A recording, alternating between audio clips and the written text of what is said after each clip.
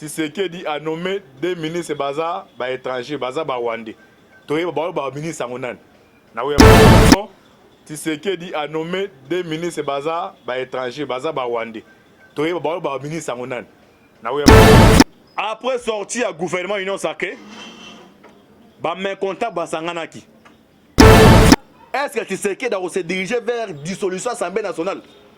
Ali on est bandi Kindo qui a Congo eza le modo eza aiguë déjà.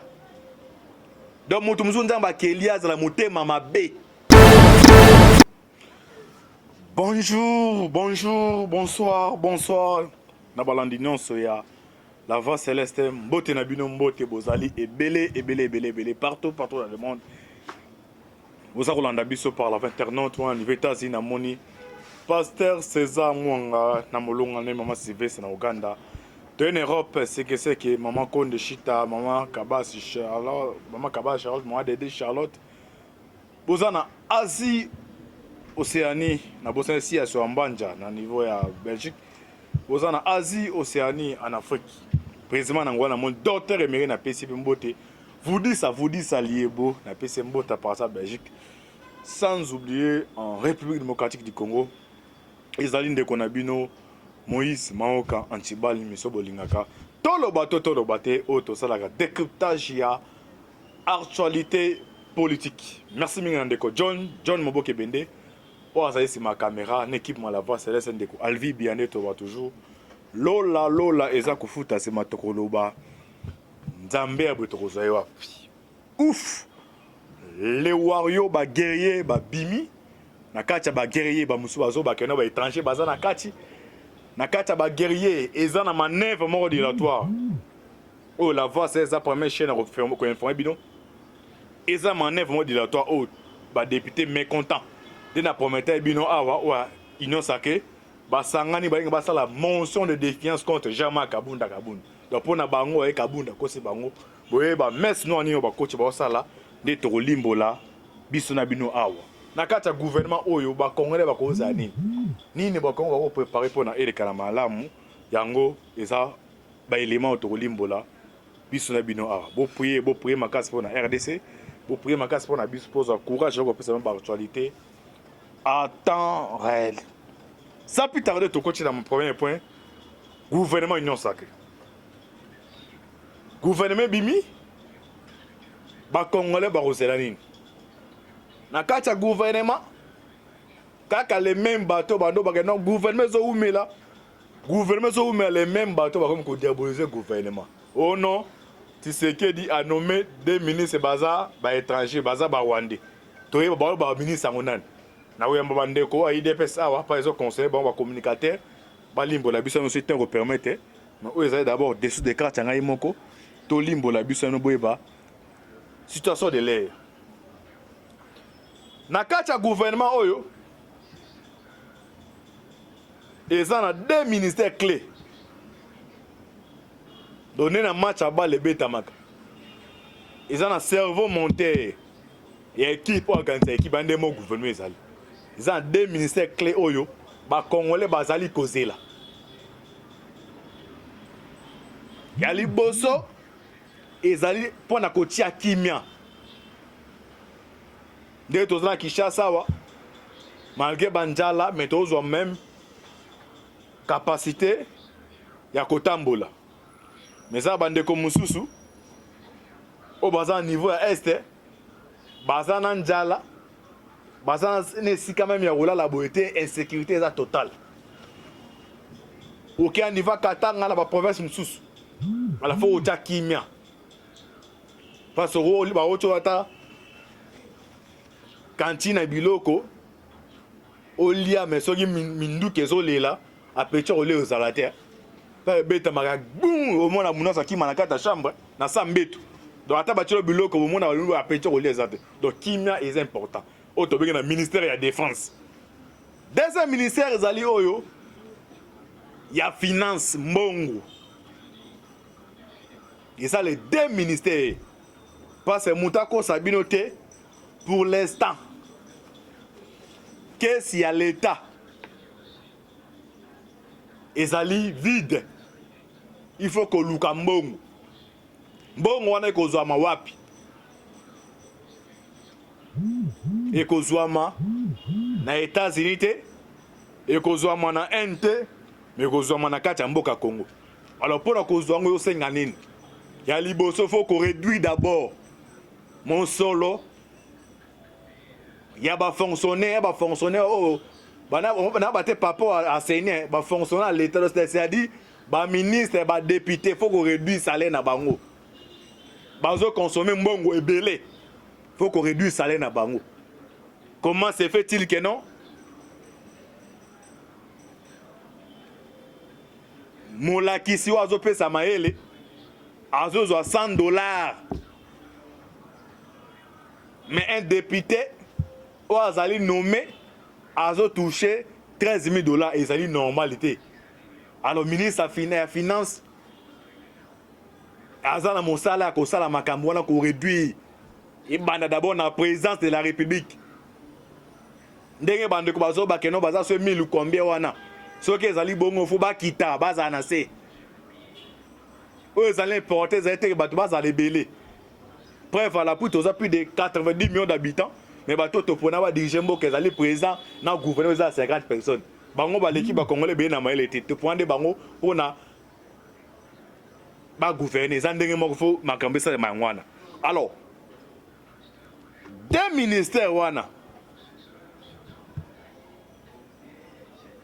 Est-ce que o ba nommer bango?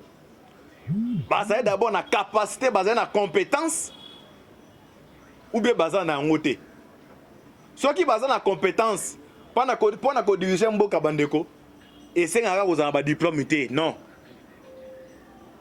So tali histoire biblique, histoire ya Bible pona kozala ko diriger mboka ezatra ko ma diplôme té. So ezaki diplôme Kabila ezaki na ba professeur. Un professeur ordinaire. Nous sommes basés dans 6 diplômes. Nous sommes dans 4 diplômes. Mais là, c'est une volonté. Est-ce que les deux ministères ont autant à basé dans volonté politique? Il y a ça qui est visuel au Konjamboka et Simba. Parce que tous dans la deuxième mi-temps. Quand il y a ventir les sociétés. Est-ce que le gouvernement est bien à est-ce qu'ils sont à la tête? Bazali ko diaboliser ministre de la défense. Que non azali boy. Nga so nga na comprendre te bandeko. Avant to ta dossier ka bundi. Biso ba congolais surtout mingi bandeko baza libanda. Ba diaspora. Bazo sala musala ya makasi. Mais moi regarde moké la majorité kati na bango. Baza mon limo à distanciation, bon limo sanga mon limo à distanciation. Mais le connaît c'est ça les magamabe na mukilo yo. Ça tachaka mon limo kati na ye. Alors on a comme comprendre que c'est comme si la majorité bandeko ba diaspora baza mon limo à distraction. Mon limo à distraction asengi mai ba ele mai asengelo mususu et comme distraction. Ezaki a liboso que non Kabila na Tshisekedi bakabwana. Bakabwani.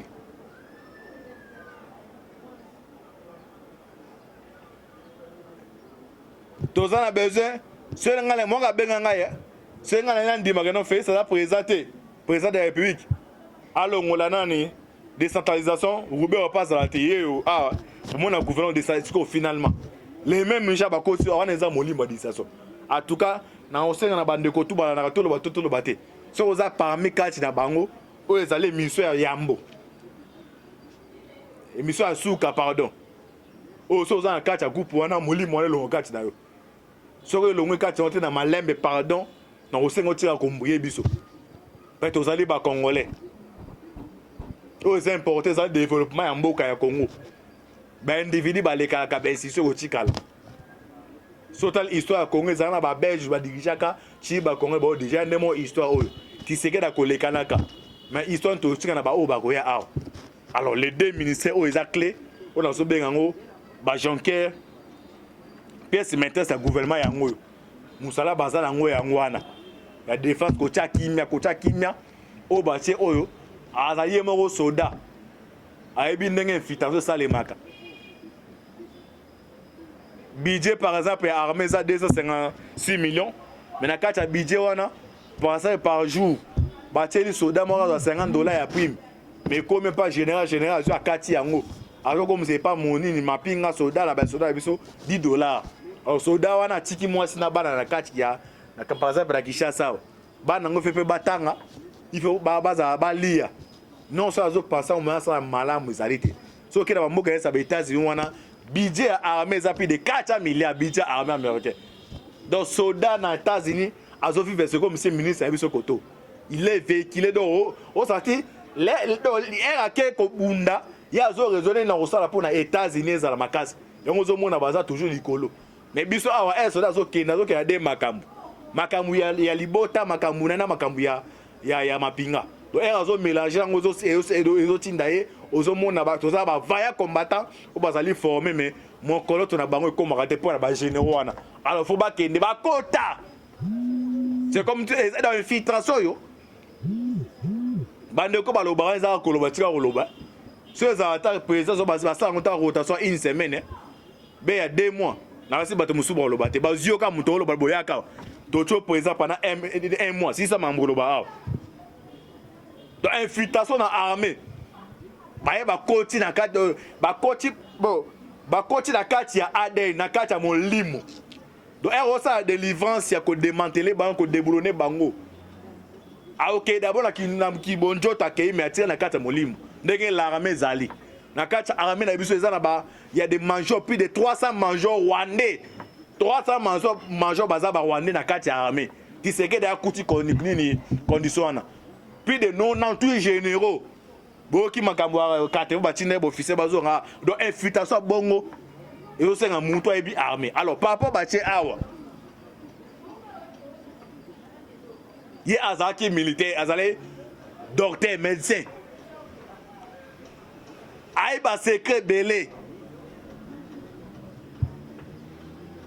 topé sa chance ou la coach diabo topé sa chance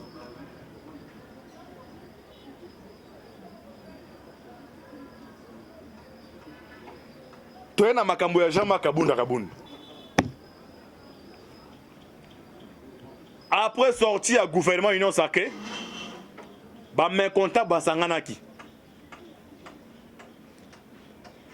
kaka kati na bango il y a un député a tiré un message alobi antibal petit na ngai na landa ko mingi mais complot oyo nga plan participer na kati ya réunion biso tout to tiré ba téléphone libanda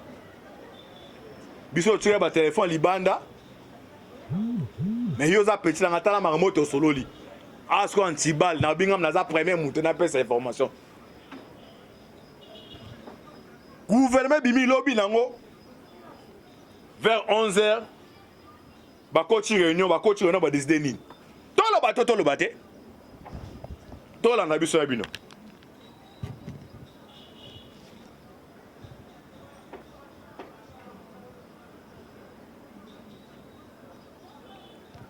ok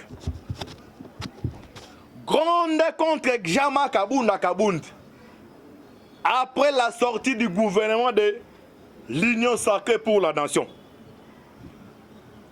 Plusieurs députés signataires de la pétition contre le bureau Jean-Marc Mabunda sont en colère après la publication du premier gouvernement de l'Union Sacrée que va diriger Jean-Michel Samaluko de Kenge, Premier ministre.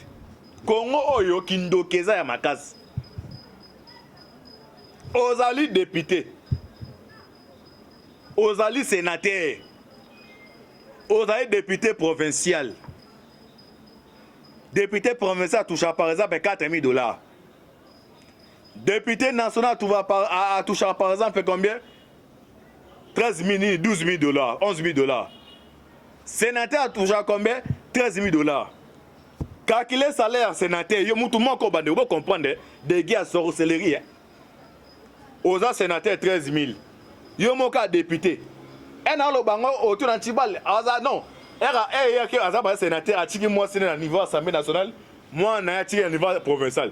salaire tout ya ye zo ya pas ba sipia tu va bon toujours 13 000 dollars ye mutu mo azuna Sénat 12 000 dollars 4 000 dollars bazo tendre ba 35 000 dollars ba 40 000 na mutu moko tala degré à sorcellerie donc mbongo oyo ba ko sangisa plus de 100 personnes 200 personnes ba fouti bango ba sepeli era ba sepeli pe fourner pe mutu mané pour na mboka mais mutu moko les mêmes gens moko ba ozo bloqué aza ko ndixi ke tala José Makila abeli ake na niveau ya onatra ba fouteli ba pese 80 000 dollars pour na maladie asuki si watake c'est na 80 000 dollars donc so sangisi 160 000 dollars donc pour na maladie ya José Makila Soumanda.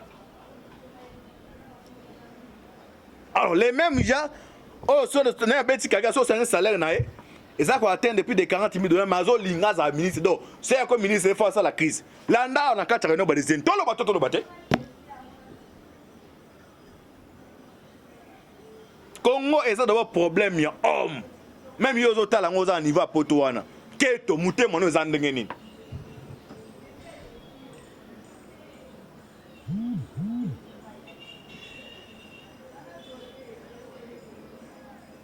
et puis na est wana biso zo na poste que no kimeko na est mais parmi ba gens on baza ko instrumentaliser ba jeune et ça va même bato ba collaborer na ba rebelle donc Congo do histoire ya Congo nzambe pas comment nzamba mawa nzamba comment nzamba mawa ça nzambe oto ebi nzambe wana mais mutu muso mona ka la moki ba kufi nzamba bomio quand les mêmes choses mona va pesa ba jeune bo ça la marche ye on a za na ba rebelle donc ya gagné donc baza ba carré minier na ba est wana donc ça problème alors ba député ba koti ba sangani ba préparer ni bandeko tolo baté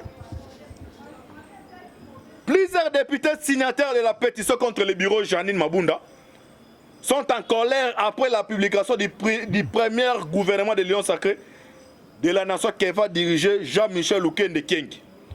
Premier ministre. Ces députés ont convoqué une réunion ce mercredi 14 avril 2021 au Palais du Peuple pour décider d'une direction commune à suivre. Donc, on est dans l'émission de Bengani. Alors, na kati ya bango nyonso, ba écarté na Tshisekedi. Ba écarté na Jean-Michel Mutakwe Libert, Jean-Marc Kabunda. Na kosenga na bandeko bolanda émission yo, antibala la repesa ba carte mon secteur, ba dessus des cartes. Na répéter mutatsela information mon cas ta bango. C'est mon vieux vraiment. Un petit bombangai. Donc on bête d'abord tête dans la carte cible c'est Jean-Marc. Ba destin ni bandeko tolo baté.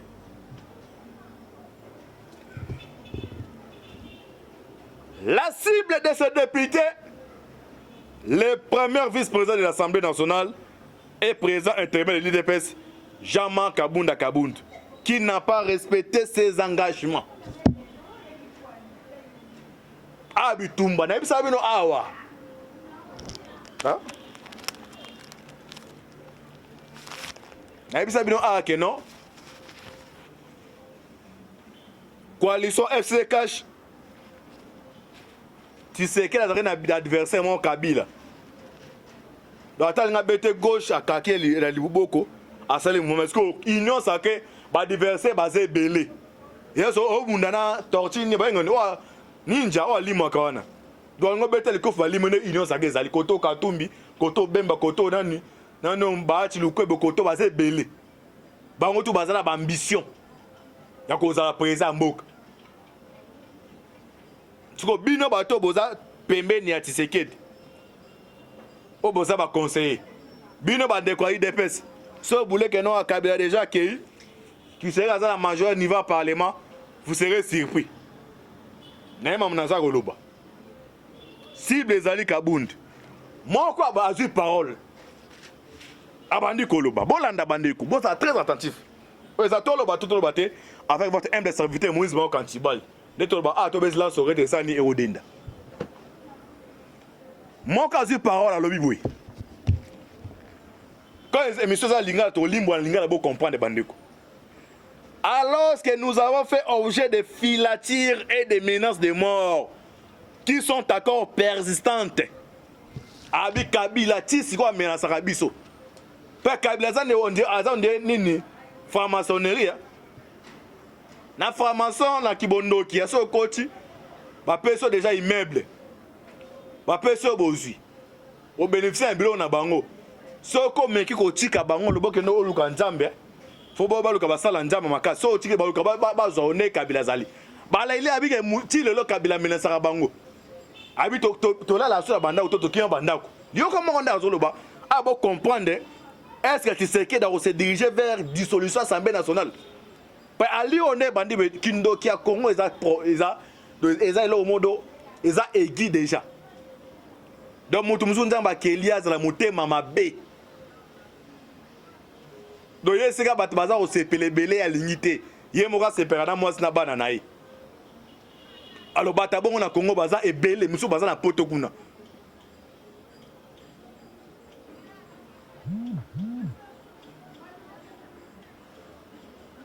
Moi quoi l'obinin? Alors que nous avons fait objet de filatures et de menaces de mort qui sont encore persistantes, mais voilà comment nous sommes récompensés, a déclaré sous anonymat. Ba menacer biso, toki banda kuna basa bana biso, Kabila zo lukisa biso, mais gouverner biso tozate. Tala dégâts kindoki. Les Moutazo est quand même un député, un sénateur, député provincial. Donc salaire n'est pas moi ça sang ici et qu'on va 44 000 $. N'est-ce pas mon lait?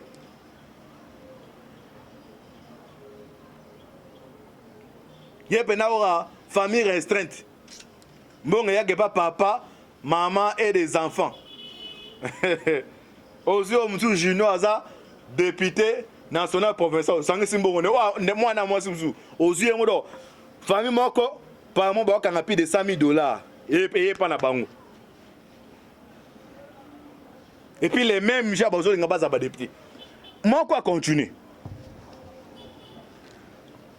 Moi quoi c'est pas après moi quoi je abini. Nous rentrions parfois à 3 heures du matin avec incertitude de survivre le lendemain. Nos familles, épouses et enfants nous attendaient jusqu'à cette heure tardive en intercédant parce que la peau de leur père pouvait y rester à une nuit à la suite d'un coup de balle. Bah, toujours en dakuni tama. Bah, biso 3 heures du matin. Bah, biso pas biso ba songa métal le oyo. Bah, hande biso monnaie de singe. Moutalivé formation coach Alobin Alobi. Au cours d'une ultime réunion à la veille de la publication du gouvernement, Jean-Marc Kaboun avait déclaré devant ses députés que ceux qui ne vont pas se retrouver dans le gouvernement vont prendre la direction des entreprises publiques et vont gérer la territoire et seront aussi envoyés comme ambassadeurs. À bon moment décret, situation de commune. Gouvernement bimi, mais batou souba ba luka, de oba na le poto de midi à 14h.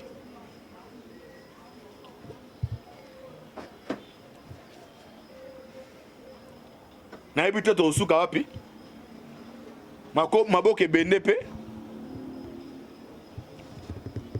Atala minute so tu na combien de minutes?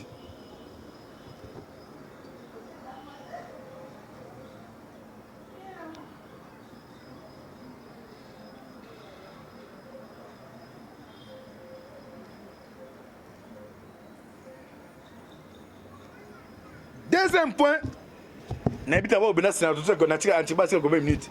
Ok, 6 minutes. Deuxième point, thème que métal double nationalité. Naï n'abi que fait la congolais, naï n'abi bon. N'abi que tiré la congolais.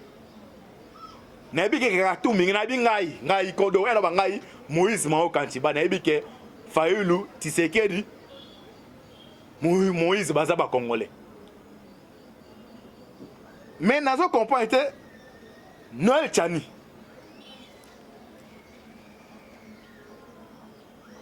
Naebi n'était que Kabilaza congolais, on naebi, mais à toi naebi que Baza congolais. Mais nous autres que l'angaï, Noël Tchani est candidat président de la République. Alors, qu'il n'est pas un candidat, il faut papa, non, maman, non, pas à Congolais. Si bitima, tu vas au Tomboka. Oh non, Azar est puissant. D'ailleurs, moi, si je suis Kachanda, je suis puissant. Azar américain, est-ce que acharnement, on a? N'a que tombé dans l'audio, moko. Ah, non, dans l'audio, na conditionnel, ils ont confirmé. N'a tombé dans l'audio, moko, ya. Mais c'est Martin Fayulu. Na kacha odo kombo ya papa ya Martin Fayulu etangami 3 fois mais ba kombo différent. Ndenge moko Serge Welu atangi yango ozale moko décider. Ndenge pe ndekone mwana leki ya Fayulu to ya na ya mwasi atangi na ndemo Fayulu atangi kombo ya papa na ye. Donc ndeko comme ça Maoka Moïse. Ba komi batangi par exemple Maoka Monigi. Maoka Moniga. Donc, comme vous l'avez tant mis tout do. Ma bête des ans 4 ans. Non, bah c'est audio. Torsion n'a pas te commenter. Tolanda, comme ça, Torsion n'a pas te rejeter. Tolanda, vous êtes très attentif. Le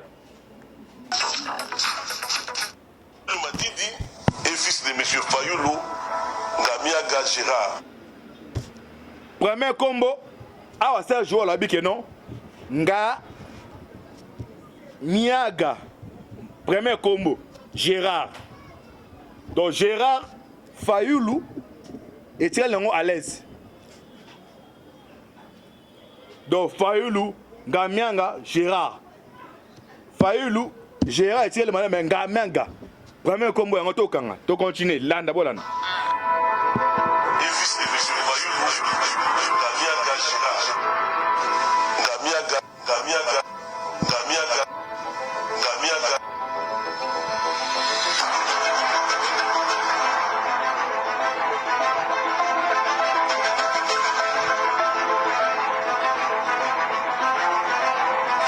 Saka, Makuya Marie. Martin Fayulu Madidi est le fils de M. Gérard Ndamianga Fayulu. Deuxième combo, Ndamianga. Bande ko na boza très attentif. Awa na carte cérémonie moko présentateur azo présenter Martin Fayulu. Martin Fayulu est le fils de Gérard Ndamianga. Donc combo Ndamianga Ngamianga oh c'est nani Serge Welu atangi différent derrière moi. To continue. Awa siko ndeko Fayulu. Quand même combo. Fayulu Francisca. Fayulu pele Fayulu Francisca. Yo na kati vraiment ya libota Martin. Kati ya libota ya Martin Fayulu. Yo yaya na ye cousine na ye to na nga yaya na ye mama moko tata moko bana Fayulu Gérard maman Nsaka Marie. Je suis Martin Fayulu, fils de Marie Chaka et de Gérard, fils de Marie Chaka, fils de Marie Chaka, fils de Marie Chaka, fils de Marie Chaka, fils de Marie Chaka et de Maman Tsaka, fils de Marie Chaka et de Madame Marie Satala Makuya. Maman Tsaka Marie.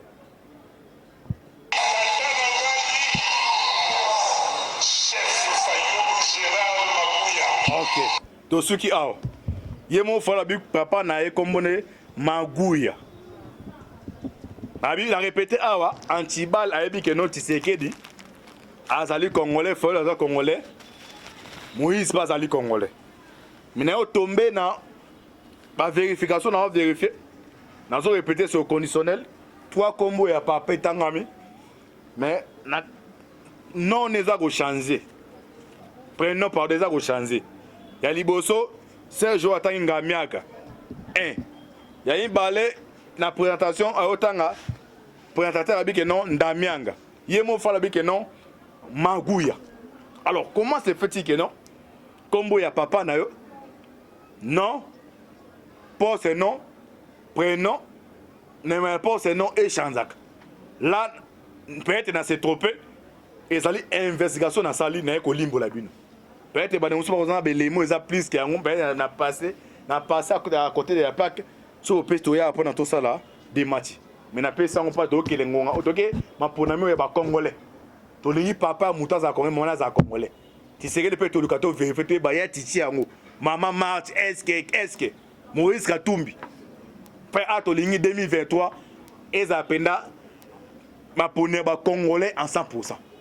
On a repris ce dernier élément awa dans battre la bino na bi a no bengisa ban no nazani na tinda koko zolanda ngai qui dit mwene Gaylor Sambiaku des dossiers tombés à Batouabeng partout dans le monde na deux combos. Combo ya ministre de la défense au babi que non Azali Rwandais selon Batouande Batoualobak. Na oya agriculture qui dit Moïse Bazaba congolais. Mais nazo comprend était Noël Tchani.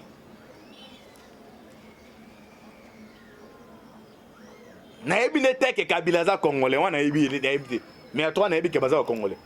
Mais nous autres que langai Noël Tchani on a candidat président de la République. Alors bi que n'a pas nos candidats, il faut papa non maman non baza ba congolais. Subitement batumuso ba ko tomboka. Oh non, azare puissant. D'ailleurs moi c'est na kimana na kachanda ku pas puissant, azar américain, est-ce que acharnement na na ko tomber na audio moko. Ah nazo beza na tia audio na conditionnel eza confirmé te. Na tomber na audio moko ya mais c'est Martin Fayulu. Na kacha audio kombo ya papa ya Martin Fayulu etangami 3 fois mais ba kombo différent. Ndenge moko Serge Welu atangi yango ozale moko décider. Ndenge pe ndekone mwana leki ya Fayulu ito ya na ya mwasi atangi na ndemo Fayulu atangi kombo ya papa na ye. Donc ndeko meza Maoka Moïse. Bakomi batangi par exemple Maoka Monigi. Maoka Moniga. Donc kombo la etangi 3 fois do. Mabe des en 4 non ba c'est audio. Tozo n'a pas to commenter. Tolanda comme ça tozo n'a pas to chiter. Tolanda moto très attentif hein. Le Matidi est fils de monsieur Fayulu Ngamiaga Gérard. Premier combo awa Serge joueur la bike non nga Miaga. Premier combo Gérard. Donc Gérard Fayulu et Thierry Lengo à l'aise. Donc Fayulu, Ngamianga, Gérard. Fayulu, Gérard et Thierry Lengo Ngamianga. Premier combo en auto kanga. To continuer landa bolana. Et fils de monsieur Fayulu Ngamiaga Gérard. Ngamiaga.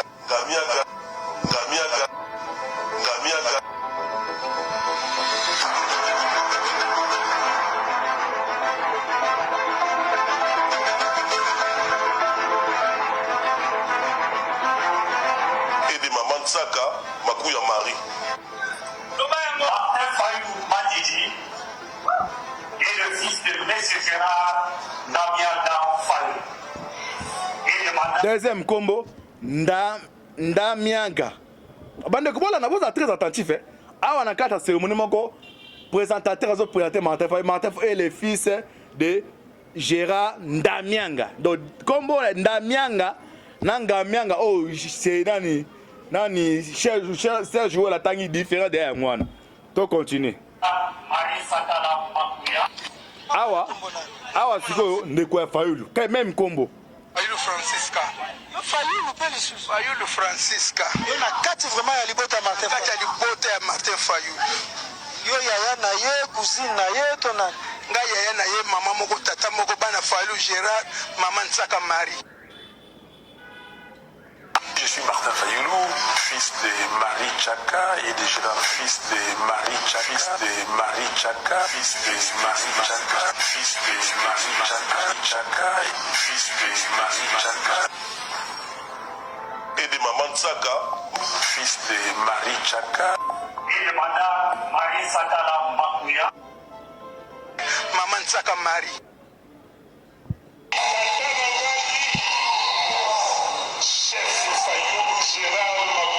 Ok. To ceux qui a. Yemo fala bi papa na e kombone Maguya. Abi la répété awa antibal ayebi ke non Tshisekedi. azali congolais, Fayoulou azali congolais, Moïse pas azali congolais. Mais nous tombé dans la vérification, on a vérifié. Nous avons répété sur le conditionnel. 3 combos et papa tangami. Mais non, on a changé. Prénom par des a changé. Il y a Liboso, Serge Ouattara Miaka. 1. Il y a une balai, la présentation à Otanga. Présentateur a dit que non, Ndamianga. Yemo Fall a dit que non, Magouya. Alors, comment c'est fait que non? Combo ya papa na yo? Non. Pour c'est non. Prénom. Numéro pour c'est non et Chanzak. Là, peut-être dans ces tropées, et ça une investigation dans sa ligne na Kolimbo la bino. Peut-être que nous sommes les mots ils plus qu'un peut-être n'a passé à côté de la plaque sur le pestoya pendant tout ça là des matchs. Mais n'a pas ça on pas donc les ngonga otoke ma ponami ya ba congolais. To li papa mutaza congolais mona za congolais. Tu sais que peut to lukato vérifier ba ya titi yango. Maman March est-ce Maurice Katumbi. Prêt à to ligne 2023 et ça penda ma ponami ba congolais en 100%. On a repris ce dernier élément awa. Dans battre la bino na bi alors ben ça non na tinda koko zo landangai qui est dit moine Gaylor Sambiaku des dossiers tombés à battre partout dans le monde na 2 combos combo ya bien sa défense au babi que non azali rwandais selon bato ande bato alobak na oya agriculture